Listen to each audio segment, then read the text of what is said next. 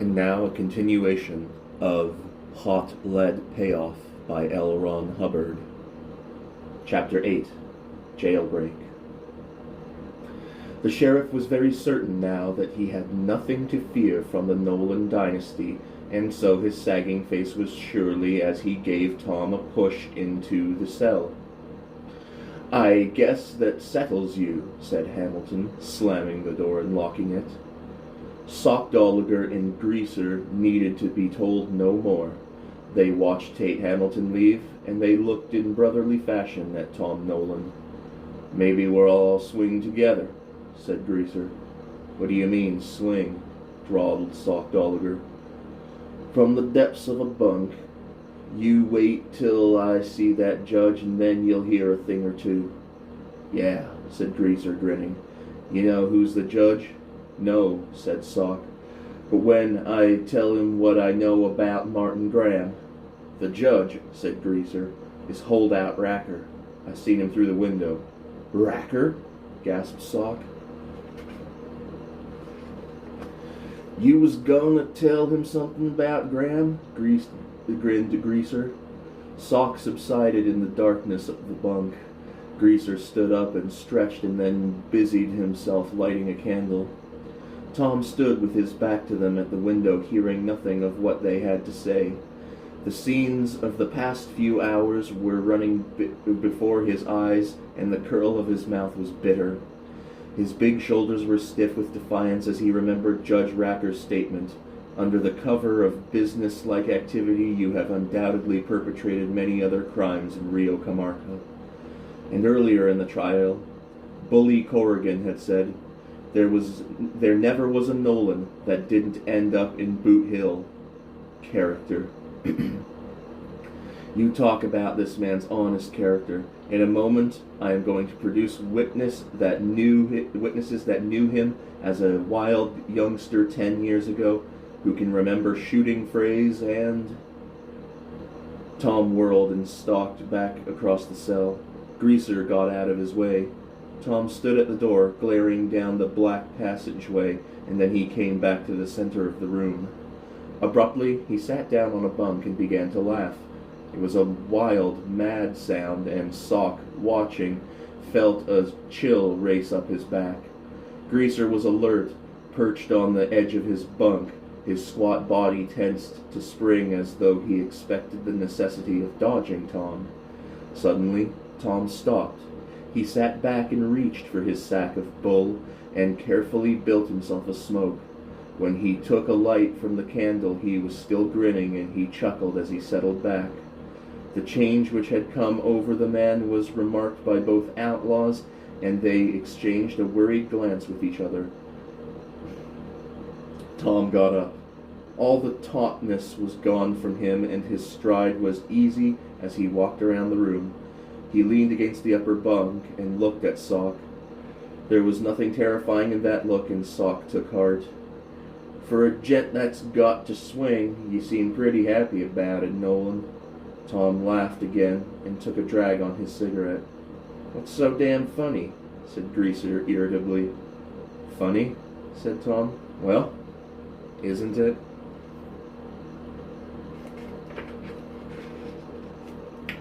"What?" said Sock. "Me," said Tom. "It's a good joke. You were talking about me playing tunes on the church bells, Sock. It wasn't Home Sweet Home, it was Buffalo Gals. That was 10 years ago, gentlemen. I'd forgotten all about it." He laughed again and took another drag. Greaser and Sockdolager looked restlessly at the door, quite certain that Nolan had gone mad. "Yes," said Tom, "that was 10 years ago." He walked around the table and then sat down on it, swinging one leg. "I thought I could fool everybody, including myself, but it didn't work. They won't let it work." "What?" begged Sockdolager. "I was going to be a good citizen," said Tom. "I was going to buckle down and be a businessman. I was done with booze and guns and fast horses. The old man that went that way.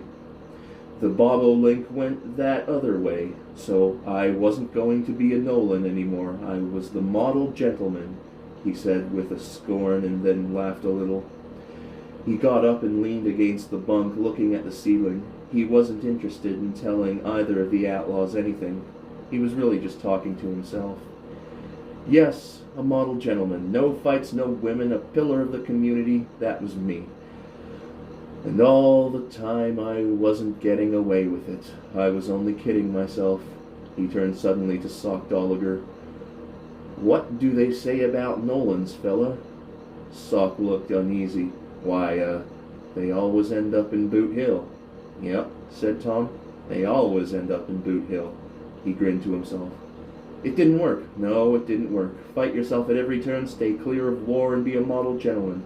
That was the way I thought a man could run this country. That was the way. He hurled his cigarette against the wall, and it expired in a fan of sparks. He walked out to the middle of the room, and his voice was no longer modulated.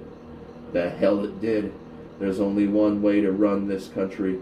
A Nolan can only be one thing. A Nolan. He sank down on the table, deep in thought. He rolled another cigarette, and Sock and Greaser, hypnotized by the sudden wild strength in the man, watched breathlessly. Racker, said Tom. He'll be first. And then Corrigan. Graham. No, killing 3. You mean you're going to wipe this country up? Gaped Sock. Tom whirled on him. Why not? He challenged. Nolan's cut this country from the rough, and they can do it again. He stood up. They haven't hanged me yet. Sockdolager squirmed restlessly. Damn these jail Sugans. Full of lumps. He twisted about and began to dig. Suddenly he sat up. Hey, where did this come from? Tom leaned out and saw that the stringy outlaw was inspecting a wrapped package. Say, maybe somebody threw this in here. You recollect that noise we heard, Greaser? Sounded like... Tom whipped the package out of his hand and broke the string. Out rolled 6 hacksaw blades. Sockdolager and Greaser almost grabbed for them, and then recalled that a man named Nolan had them in his hands. Tom shoved the blades quickly under the blanket and walked to the candle. He spread out the paper and smoothed it. He glanced at the signature and whistled softly. It wrote, Tom. This is the least I can do. Ginger is tied behind the sheriff's office where she won't be seen. Guns and food are there. I know I can never make amends for what has happened. A few times at dances I almost begged you to take me away, but you seemed so disinterested in everything. I was afraid to tell you, and I was never sure. I knew, when I could think, that you didn't kill Alan. I saw him send Fenner with a note, and I know that Fenner was in touch with Krantz. It was Blackjack Krantz that killed Alan. I know that for certain. My father turned on Krantz when the man came for help after he got out of Texas. I never knew until I saw that he wasn't even affected by Alan's death that Martin Graham is everything I tried to believe he was not. Please, Tom, don't try to fight back. There are too many men coming here. I know them of old. There is money in a saddlebag and enough food to get you out of the country. Someday, but that is for you to decide. Mary.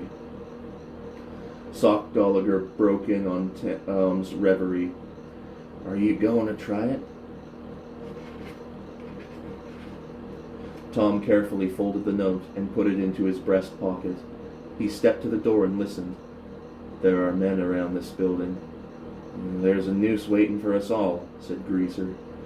Tom went back for the blades and began on the door. Sockdolager and Greaser stood around as though the floor was red hot. The blade went steadily through the bar above the lock. Tom took another and sawed with greater speed at the bar below. Sockdolager acted as though the teeth were going through his skull, and Greaser stared pop-eyed through the window. Tom hummed quietly to himself. The second cut was made. He took a fresh blade and began on the cross brace. For God's sakes, hurry, prayed Sock. There's 3 men out back here, whispered Greaser. I see Sandy. They're guarding this place. Stay here if you want, said Tom, unconcerned. No, protested Greaser hastily. No, I'm with you, Nolan. I ain't got any love for Graham neither. We'll string him up higher'n a kite, said Sock nervously. Ain't that thing through yet? A sound of a door opening came to them. Tom took three last cuts at the brace and it came apart. He swung the door a little to make sure it was free. A lantern and 3 men were coming down the corridor toward them. Hamilton was bringing in an excuse for supper and carrying it with a gloated grin. He felt big having Tom Nolan safe in his jail. The sheriff got to the door and motioned for one of his men to open it up. Get back, Nolan, before I push in your face. Suddenly, Tom threw the door outward. It hit the tray with a crash, and lantern, sheriff, and deputies went down in a mess of greasy pork. Hamilton slammed into the wall and came surging up, grabbing for his gun. Tom swung like a sledgehammer and turned the sheriff completely around. A deputy grabbed at Tom's boots. Tom jerked him up with his left and swung with his right, grabbing the man's gun as he went down. Sock and Greaser waded in with a table leg and chair. In a moment, the corridor was still. Outside, Sandy called, "What the hell's going on in there?"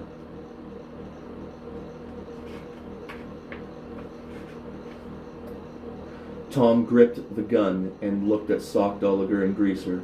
They had also possessed themselves of weapons and stood waiting to be told what to do. With swift steps, Tom led off toward the outer room. A lantern was burning there, and a man was peering carefully through the door. He saw Tom and leapt back, whipping out his 6-gun. Tom fired from the hip, and the puncher dropped. For a brief instant following that shot, all Rio Camargo was still. And then men yelled and boots pounded as other Graham men hurtled toward the sound. Tom saw the darkness before him thickening with men. He swept back his hand and knocked the lantern to the floor. "Come on!" yelled Tom. The 3 rushed outside. Directly before them, guns stabbed flame. Greaser screamed and grabbed at his throat, going down. Tom pumped a shot before him and, head down, sprinted straight into the midst of the charging crowd.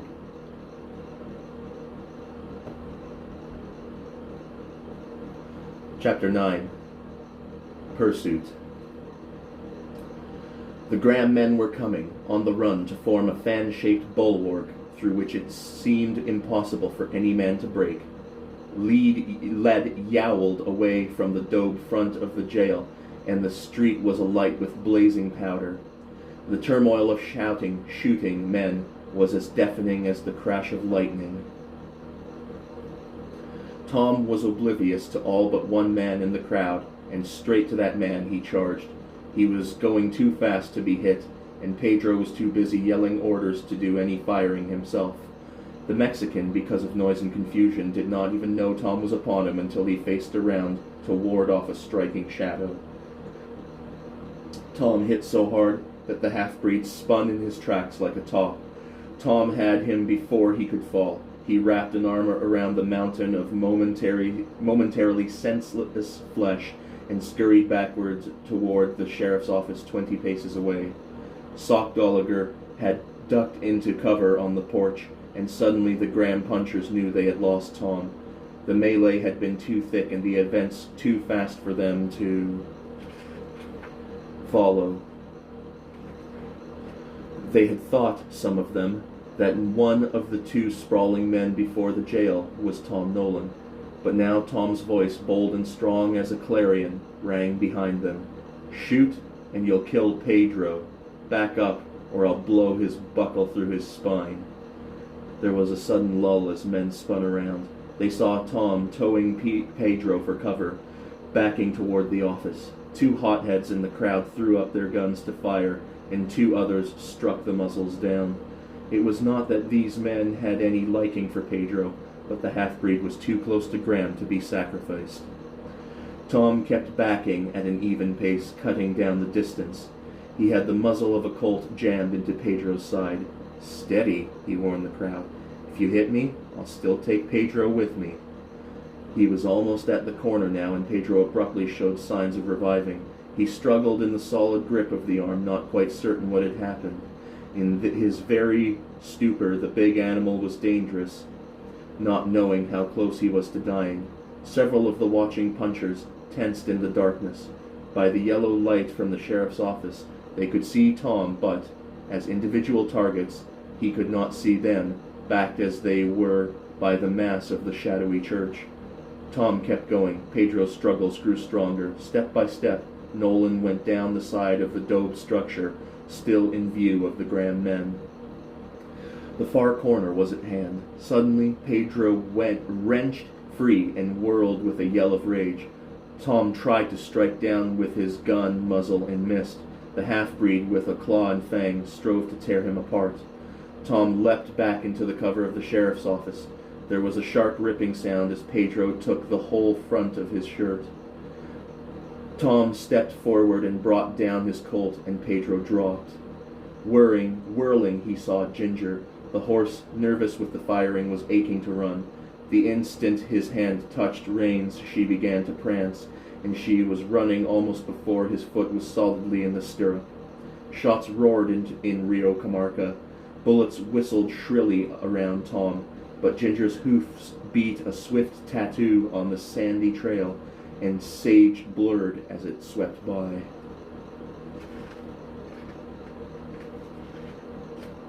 "Good girl," said Tom, hands pressing against Ginger's shoulder. "If you've never run before, run now."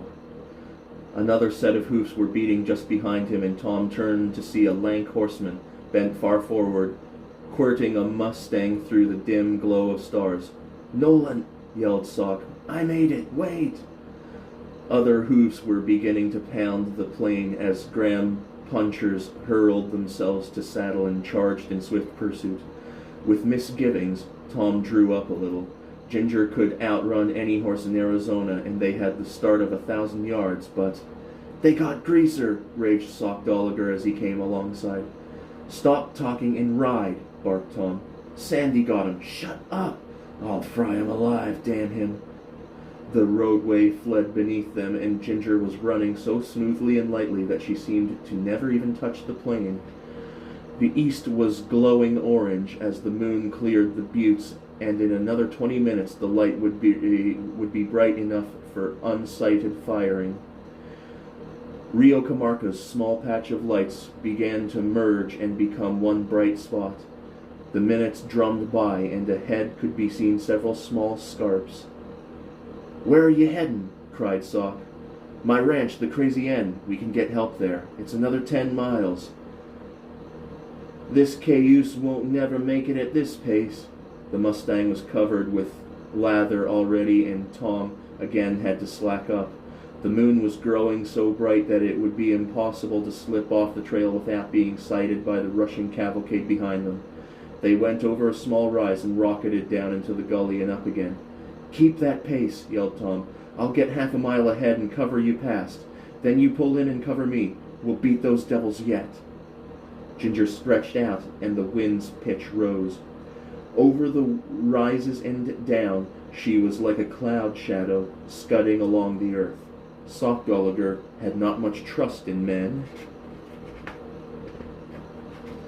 and when he saw Tom vanishing so easily to the fore, it was all he could do to keep from whipping his flagging Mustang to greater speed. Behind he could hear the Graham men, and the agony of the pursued was his. He felt like a jackrabbit with wolves on his tail, and a lame jackrabbit at that. Of all the horses in Rio Comarca, this already weary little beast had to be the one he'd picked, and most of the Graham mounts had been resting through the day, eating oats and dozing in the sun. Closer and closer came the thundering mass of horsemen behind him. 500 yards was soon 200, and 200 was cut in half. And now the moon was up to silver the plains, and he was easily seen. Graham men began to bang hopefully with 6 guns, and dust jumped in startled pillars on either side of his mount's flagging hooves. 100 yards became 50, and then 25.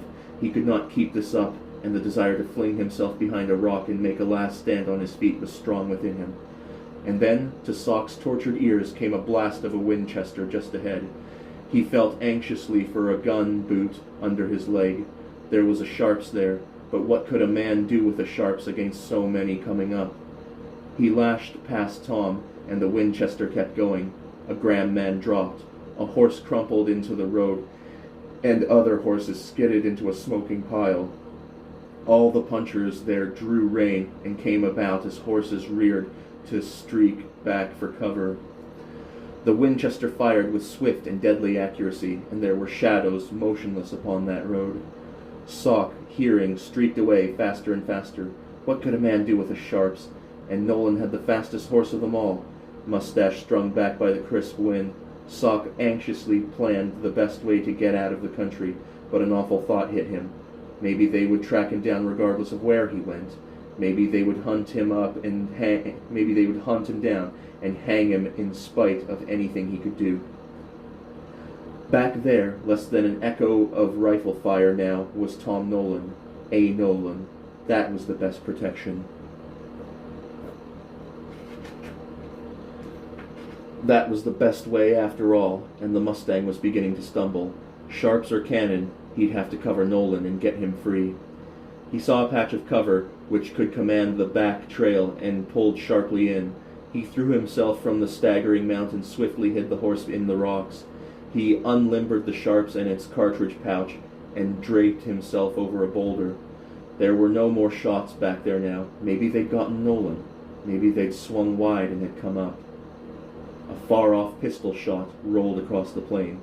Sock strained his eyes through the silvery moonlight, trying to catch the first movement on the back trail. And then, when he caught it, it was two horses. Tensely he cocked his rifle. "Yep-ho, Sock!" yelled Nolan as he came. Sock began to breathe once more. Tom barely checked his horse. He had a tough little Mustang which had bolted riderless back at the stair end. He turned the mount loose, and Sockdolager caught the reins and swung himself into the saddle. "Now ride, damn you!" cried Nolan recklessly. This horse was not tired. He was a buckskin with a barrel big enough to hold a hurricane of wind, and Sock did not mind the bloody saddle. Far behind them, and proceeding with more caution, came the dimming sound of the Graham punchers, still on the trail, but not quite as anxious as before, not quite so eager to walk into a sudden, awful one-man ambush. Tom and Sock raced for the crazy end.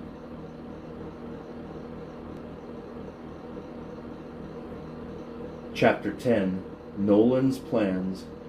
Gunner Finch and 10 men pushed open the gates of the Crazy Inn, searching everywhere for any sign of habitation. Finch himself swaggered through the arch and into the patio of the casa to stand looking about him, quirting his boot in assured inspection. A man came running to him, holding a silver-mounted bridle in his hand. "Hey, Gunner, did the old man give any orders about looting this place?" Finch eyed the puncher coldly. "He didn't have to give any. It's his." "His?" gasped the other. "Yeah," said Finch. "The papers was being made out when we left Rio Camarca, and the first rat I catch digging his dirty paws into this place will get a bullet through him. Savvy?" "I didn't know." "Well, you know now, sonny. Vamoose!" The man turned and almost bumped into a Graham vaquero, who came jingling over the tile. "Senor Finch," said the vaquero, "there is no sign of anyone, but the fire still burns in the kitchen."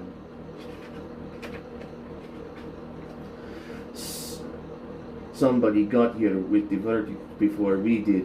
We ain't worrying none about that, Ramon. Course they'd clear out when they got wised up." "I was passing yesterday," said Ramon, "and I saw but the servants. The Americanos all had gone." Yeah, it wasn't like the crew Nolan's old man had. There was only Fuzzy and Sidewinder Smith left of them, and they ain't been seen in weeks. Always wondered how come Nolan never hired no fighting men. "That was strange," said Ramon. "But this Tom Nolan, he had no fire, nothing. He was all cold, like rock. Senor Finch, I think the master would like to have inventories made." "That's your business," said Finch gruffly, almost hit on his sorest spot, his inability to read and write. "Get going." Finch strolled in Ramon's wake, and then sidestepped into the long dining hall. He went down the table, looking at the paintings. They were not chromos, and so they annoyed him. He opened a drawer in a cabinet at the end of the room, and the bright silver jingled. He picked up a spoon which was engraved with an N, and turned it over to see sterling on the back. He looked hastily around and saw that he was alone. Swiftly he began to scoop the silver up in handfuls and crowd it into a sack he made of a linen napkin. A far-off drumming reached him. He started out from the arch. 2 riders, he quickly judged, were coming down the road. He could not see them yet, but the sound was that of haste.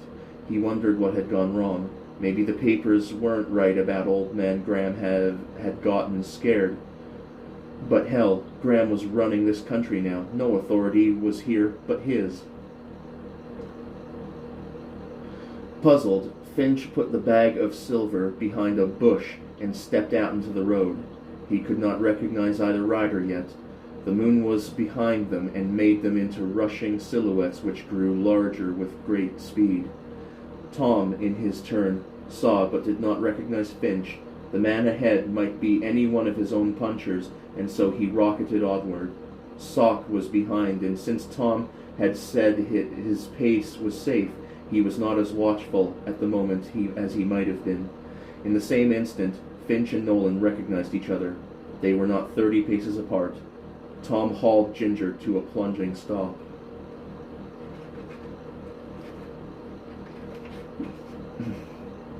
"It's Gunner Finch!" yelled Sock. "Get out of here, Nolan!" Finch stared with disbelief, held motionless for a moment by the sight he saw. Tom Nolan, on the rearing horse, would have inspired terror in a braver man than Finch. His chest was bare, and blood was caked upon the claw marks which Pedro had made. He had no hat, but about his waist glittered cartridges, and the butt of a Colt was big and handy at his side. Finch grabbed for iron and leapt back. "It's Nolan!" Tom spurred Ginger, and she leapt a split second before Finch fired. Drawing, Tom chopped down with flame. Finch somersaulted under the impact of a slug. Men leaped to doorways, and Winchesters began to bang. Tom gave one look at the flame-ribboned huts and knew he had lost his own stronghold. He pivoted Ginger on her hind legs and brought down his quirt. Lead screamed over his head, and Sockdolagers as they started back down the road. Not 200 yards straight before them, they saw the cavalcade from Rio Comarca approaching on the run. Tom wheeled around and struck for the casa. He realized that the riders from Rio Comarca were weary, and that the men at the hacienda proper were probably unsaddled. Sockdolager's wits were no match for this, and he had to follow blindly, even back into the blazing fire which came from the ranch. A row of vaquero huts were empty of men, and Tom raced behind them.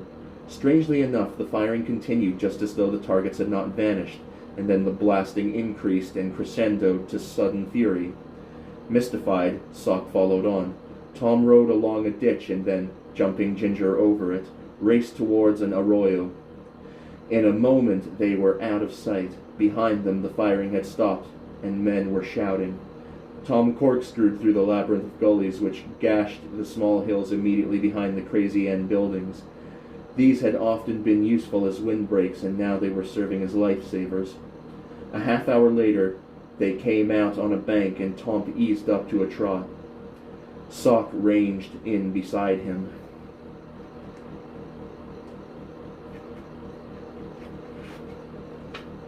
What happened?" said the stunned outlaw. "What Graham will call stupidity," said Tom, grinning joyously. "Huh?" "Sure," replied Tom. "We didn't see Finch against the buildings because the light was behind us and none too bright. He saw us because we were against the moon." "Yeah, but I still don't see." "Maybe they won't either, but I bet they're mighty sick rannies about this time. The men at the casa saw us turn and come back, and they got all mixed up in their own powder smoke. Then they saw another bunch of men riding them down, and so they began to shoot at, and the others, thinking it was my men, began to shoot too. I bet a few got it before somebody polished up their brains and saw who was who." Sock began to grin. "You planned all that?" "Hell no, but it happened." Sock paid no attention to the answer. He began to expand. "Whoa, where are we going now?" "You know a man named Blackjack Krantz?" Blackjack Krantz or Dandy Krantz, it's all the same, said Sock. I wouldn't trust him with a pair of second-hand suspenders. Sure, he used to be with Graham in Bolin, Texas, huh? Yeah, one of the old gang. I thought he'd be around at the trial. Didn't you see him? Graham and Krantz have fallen out, said Tom, and Krantz is collecting men here and there and doing an occasional murder to keep his hand in. He's out in the hills and we're going to find him. You mean to join up with him? Tom eased Ginger to a walk and admired the moon for a while. And then he turned to Sock. Blackjack Krantz killed my brother. Then this is a killin' we're on, said Sock. Not right off the bat, but if he's got a gang, and if he knows that you know he killed your brother, said Sock, very involved and scowling to put his thoughts together, we ain't likely to come out of this thing walking straight up no more. Either that, or Krantz won't, said Tom. But why look him up? Persisted Sock. Graham is the one. Sure, said Tom. But Krantz has men, and we need men. Sock's jaw dropped. After a while he began to grin. You're the doctor, he said.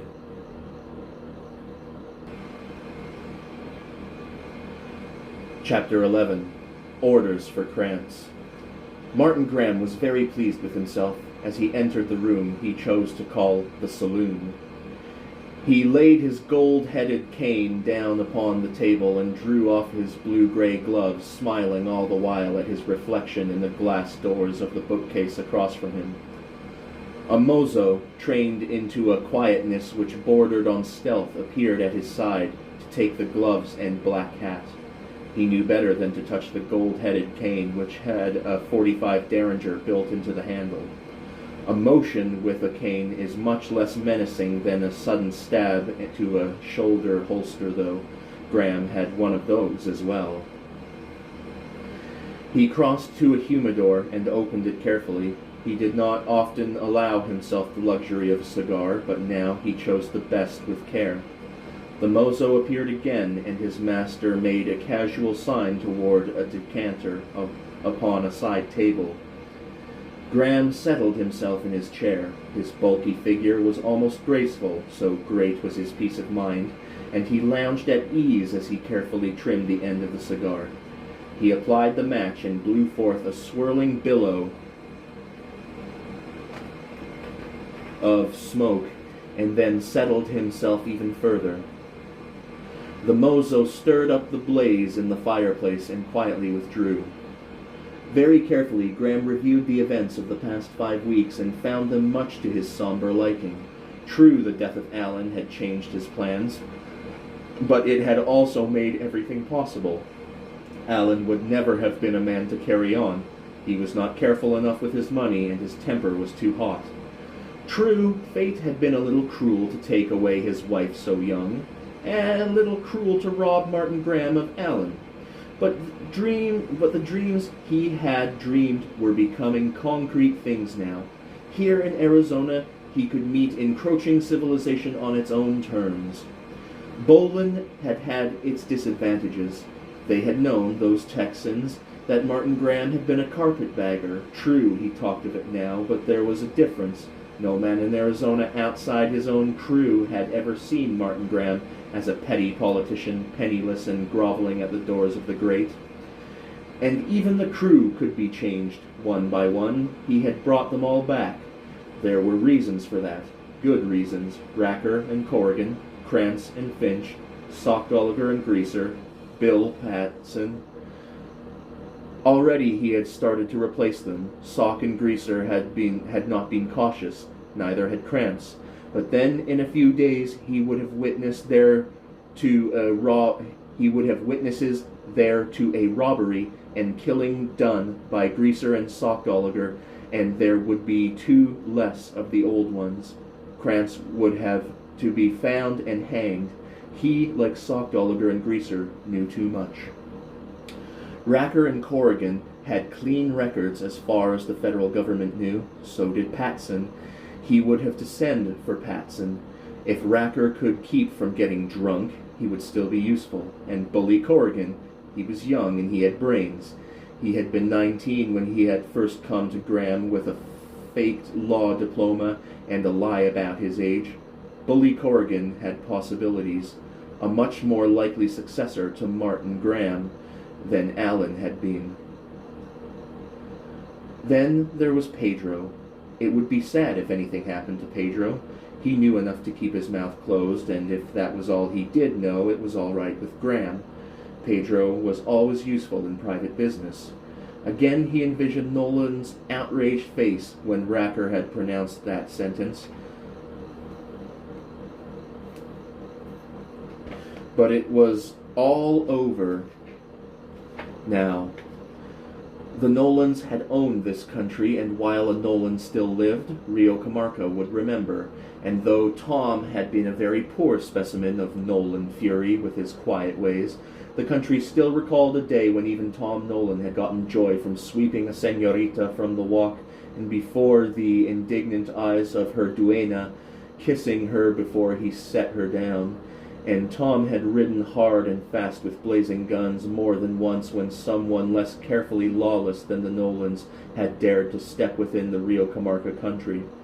Of course, Tom had changed, and that had made it easy to hold that trial. It was very sad that Nolan had to hang. Blackjack Krantz had done good work that night, in a way. Sad that it had to be Alan, but then Alan had spent too much money. He had been too furiously independent. Footfalls sounded outside his salon door, and he glanced up to see Mary passing on her way to her room. Even that small glimpse showed him that she was very nervous. "Mary," he called commandingly.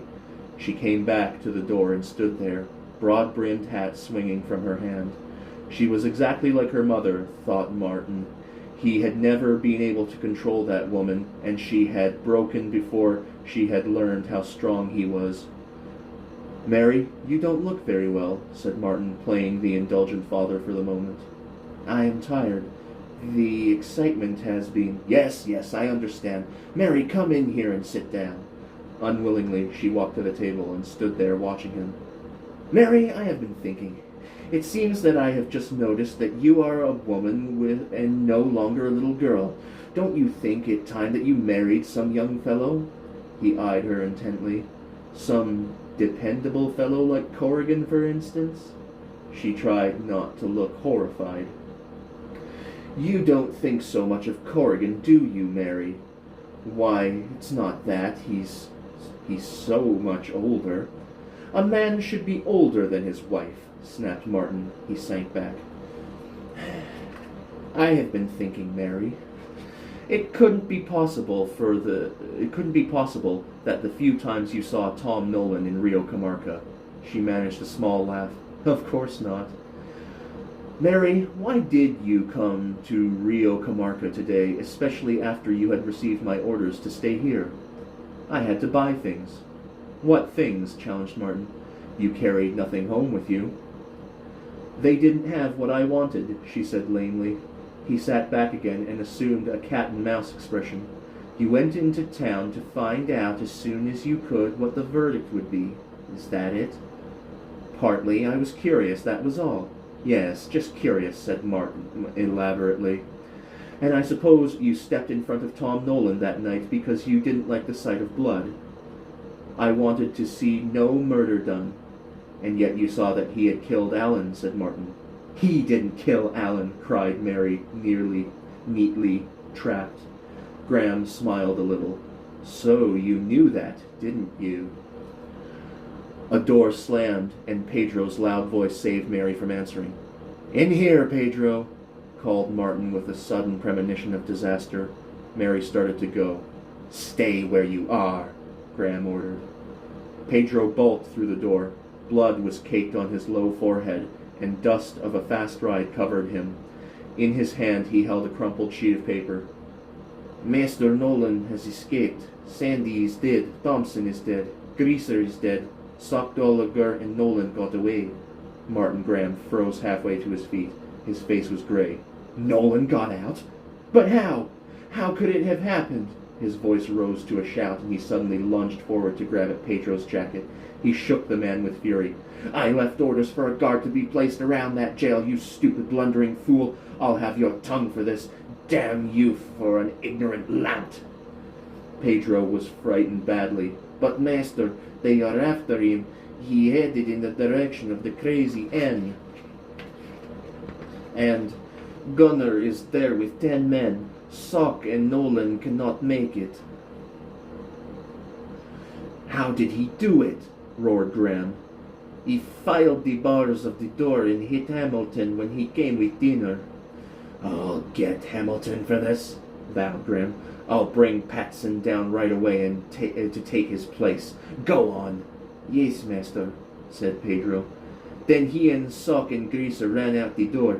They shot Sandy and I was knocked out in the fight. I saw his horse. It is the thoroughbred mare. She is fleet, but if he goes to the crazy end—" "What's this you're holding?" said Graham, snatching the paper from him.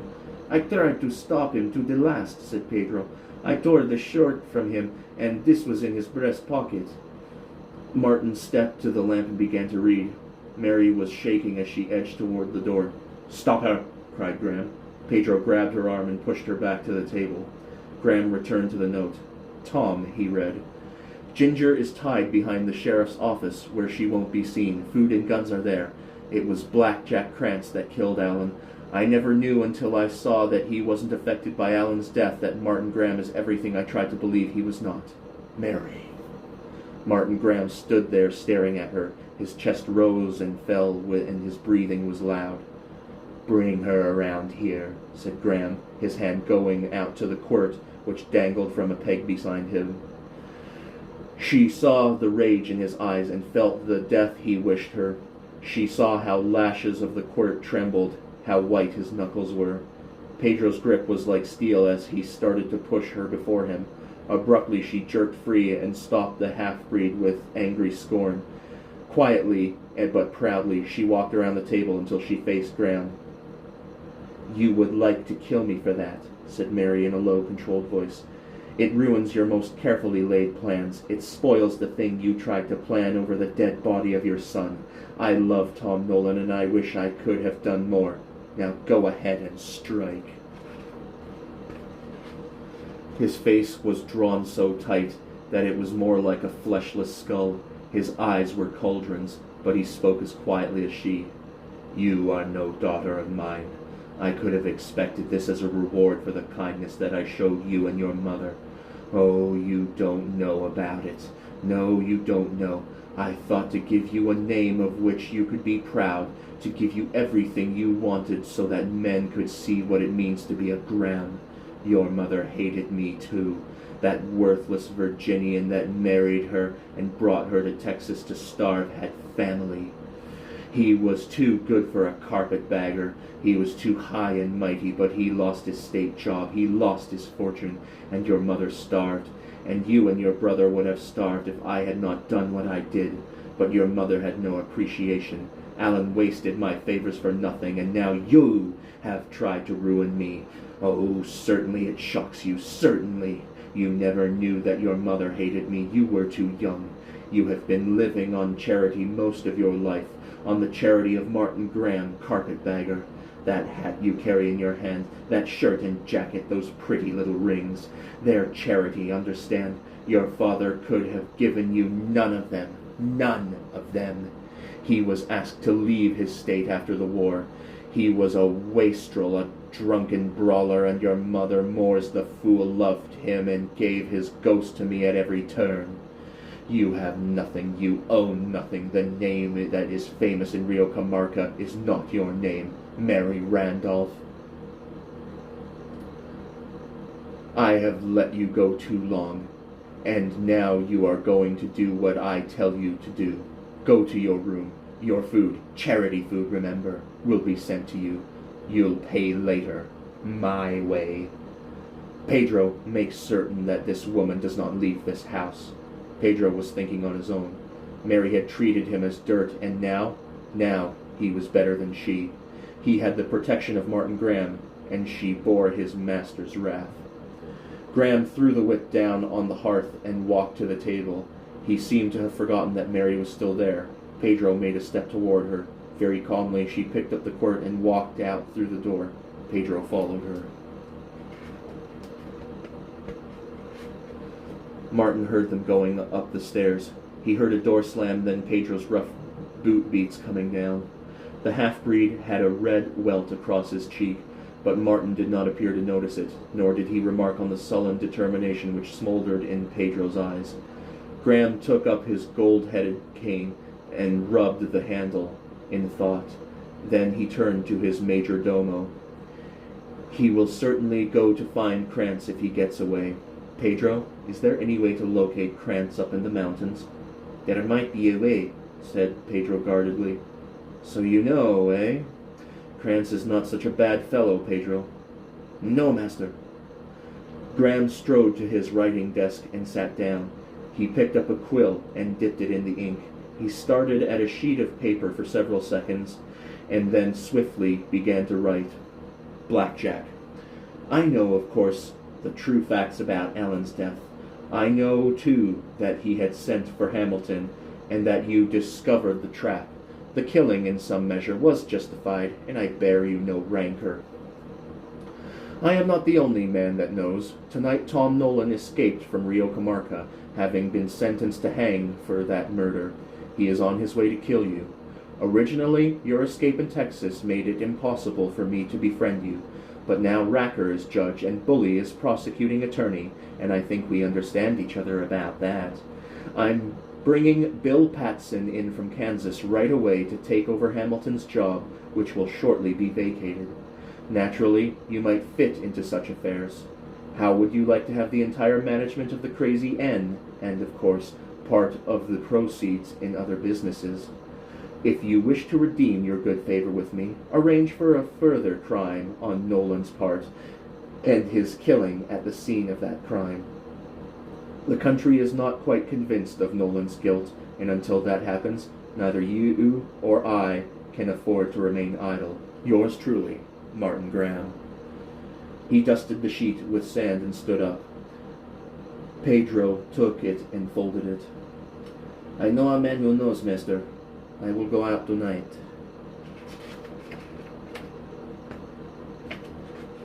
No, said Graham. Wait until we hear if he was caught and then send it out. That may not be until dawn, master. Then wait until dawn. Pedro put the paper in his pocket. And there is a question of payment, master. Graham scowled and then carefully reached into his coat and brought out a $20 gold piece. Pedro took it and went to the door. He glanced back and saw Martin Graham staring into the fire, silhouetted by the jumping flames. Pedro was strongly reminded of a raven he had once seen. Chapter 12. Blackjack's Hideout. For a week, Tom Nolan rode the trails in the wooded mountains, alert for any sign of pursuit or Krantz. Sock tagged along doggedly, each day feeling more respect for Tom Nolan. The ability to throw off unexpected searchers for them, an uncanny eye for trail sign, a reckless bravery which saw an obstacle and rode it down, these were the things that awed Sock. In a long and arduous life, Sock Bill had known many men and had served in not a few capacities. For reasons he never knew himself, he had always been opposite to law and order. No matter how many times he had promised himself faithfully that he would adhere to the statutes of the land, something always happened to throw his resolution over. It had been his misfortune to serve in a guerrilla band when he was very young, and he thought it very gallant. Afterwards he had discovered that the deeds he considered so brave were regarded by the law of the Union in a much different light. His commanding officer had swung, and Sock Bill, having a fleeter mount than the cavalry troopers, had escaped. He had punched cattle in peace in Texas for several years, and, in all faith, had gotten himself a job with a man just starting in the business on a large scale, a man named Martin Graham. A young woman had lost her husband, a Captain Randolph. Graham, out of the kindness of his heart, had married her, and had cared for her children, and Sock's opinion of Graham had expanded immensely. He was certain, was Sock, that at long last he had found the promised land under the kindly guidance of a beneficent employer. It was not until he had gotten so deep in Graham affairs that he could not withdraw that he discovered he had committed the second great error in his life. He had found out that Captain Randolph, who had been the auditor of Texas, had not blown out his own brains after the disgrace of muddled accounts had been revealed. His passion for romantic illusion had sent Sock straight to Martin Graham, who would have a personal interest in the matter, having been Captain Randolph's chief clerk years before. Events had followed, swift and horrifying. The Federals had just missed Sock by a hair. They missed him in the Panhandle and again in Kansas. And for years he had kept on running, never daring to stop, hardly daring to breathe. And finally, when he was convinced that the world was against him, he had met Greaser, a bank here and a stage there, but it wasn't very satisfying as pursuit increased. Driven by sheriff and cavalry, Sock had agreed with Greaser that the best thing to do was to go back to Graham and apologize. He had found Graham, now a widower, cock of the walk in Rio Comarca, and he and Greaser had been promptly clapped into jail. But Sock's capacity for idealizing a leader was unfailing. Riding between two canyon walls and watching Tom Nolan scout for tracks which might lead to Krantz, Sock Bill was almost scared to hope that he had found at last his general. No, it was too good to be true. A reckless, grinning devil like this Tom Nolan always ended up the same way the others did, in Boot Hill Cemetery. Sheer courage and wit and gallantry, thought Sock gloomily, didn't seem to count for much in this world, and neither did solid repute. Even Tom Nolan had abandoned that. Nothing counted except knife-in-the-back tactics and money grubbing. With difficulty, Sock tried to pick up his spirits. For a week they had searched for Blackjack, and even if they found him, something was likely to happen to Tom. They were approaching a wall, split in aeons past by some gigantic shiver of the world's crust. Beyond lay a high-rimmed canyon, and on the floor brawled a stream flashing in the sunlight. Sock was lashed to alertness by a shout above them. "Put 'em high and advance at a walk." Instantly Sock put up his arms, and then hesitated when he saw that Tom had stopped but had made no motion. After a little, Tom spotted the sentry high on a ledge above them, only the top of his head and a gun barrel showing. "I've come to see Blackjack," said Tom. "Put the gun away and tell him to come out here." The sentry had not expected this unconcern. He raised up uncertainly. "Take your time," said Tom, reaching for the makings and beginning to roll a smoke. "I imagine we'll be around here for quite a while." Sock lowered his arms. The sentry blinked and then snapped back. He was gone for several seconds and then popped back into view. Another man appeared on the face of the cliff and made his way along a ledge through the cut, and so out of sight. "Pretty good hideout you've got," Tom greeted him, "but you'd better rig up a signal system better than that. Run a rope up to the top and fix it so it will flash a marker on the other side of the rock. Man might get picked off for taking back news this way." The sentry did not relax, keeping his gun carefully to the fore. At length a sharp voice called from cover beside the trail. "Get down and walk ahead." Tom dismounted and made a motion for Sock to follow. Ginger tagged along, attracted by the green grass which she could see in the basin through the wall. Tom knew when he passed the invisible guardian, and he did not look back when the man stepped into the trail behind him. "Just keep walking," was the terse order.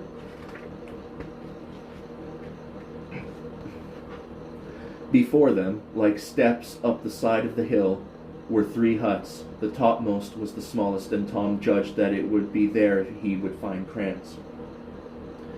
He strolled past the first horse and saw men watching him from within.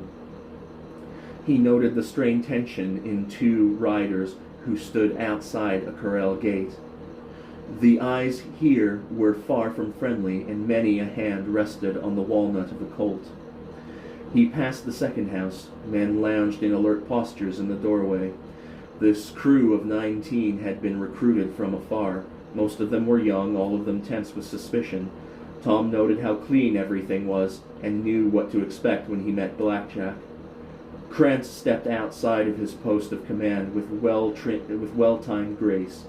He was of medium height and not bad looking. He took out his vanity in his clothing and his guns, and he resembled a Christmas tree to Tom's notion. "You're Nolan," said Blackjack, putting out an easy hand. Tom showed no surprise. "Howdy, Blackjack. Nice place you got here." "I like it." "Hello, Sockdolager." "Hello, Mr. Krantz," said Sock uneasily. "Drift down and meet the boys, fella," said Krantz. Sock turned and almost jumped a foot when he ran into the man just behind him. The fellow was half Apache, and he had a cocked gun in each hand. "Put them away, Swifty," ordered Krantz. "These men are all right." Sock looked hesitantly back at Tom. He did not know any of these fellows except Blackjack. Tom nodded, and Sockdolager walked down the trail with the half-breed. "Ever since I heard of your break, I've been expecting you, Nolan," said Krantz. "Might have left a little sign," smiled Tom. "And have Graham pick it up," said Blackjack.